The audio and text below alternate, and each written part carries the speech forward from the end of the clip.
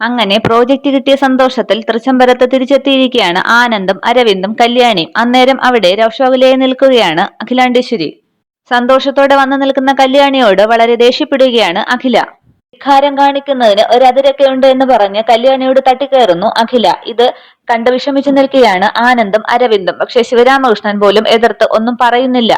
വിജയിച്ചു വന്ന കല്യാണി ഒന്ന് പ്രശംസിക്കുക പോലും അഖില ചെയ്യുന്നില്ല. താൻ അങ്ങനെ ഒരു വാക്ക് നൽകിയിട്ടില്ല എന്ന ഭാവത്തിലാണ് അഖിലാണ്ടേശ്വരി നിൽക്കുന്നത്.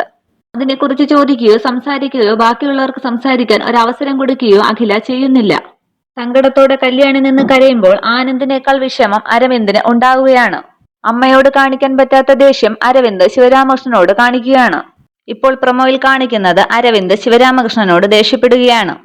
അരവിന്ദ് പറയുകയാണ്, അല്ലാതെ അച്ഛൻ ഇങ്ങനെ അമിതമായി അമ്മയെ ന്യായീകരിക്കാൻ നിൽക്കരുത്. അച്ഛന്റെ മൗനമാണ് ഈ കുടുംബത്തിന്റെ ഏറ്റവും വലിയ പ്രശ്നം. നേരം നന്ദന പറയുകയാണ്, അങ്കിളിന് നമ്മളോട് എന്തെങ്കിലും ഒന്ന് പറഞ്ഞുകൂടെ?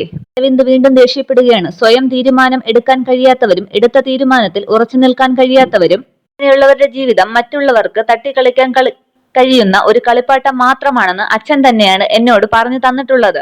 ഈ പറഞ്ഞത് അച്ഛനോട് തിരിച്ചു പറയേണ്ടി വന്നതിൽ എനിക്ക് ദുഃഖമുണ്ട് എന്നൊക്കെ പറഞ്ഞ് ശിവരാമകൃഷ്ണനോട് ദേഷ്യപ്പെടുകയാണ് അരവിന്ദ്. അന്നേരം എല്ലാവരും പൊയ്ക്കഴിഞ്ഞതിന് ശേഷം ശിവരാമകൃഷ്ണന് നെഞ്ചുവേദന വരികയാണ്. തുടർന്ന് അദ്ദേഹം കുഴഞ്ഞ് താഴെ വീഴുകയാണ്. ഇത്രയുമാണ് പ്രമോ. Okay, thank you.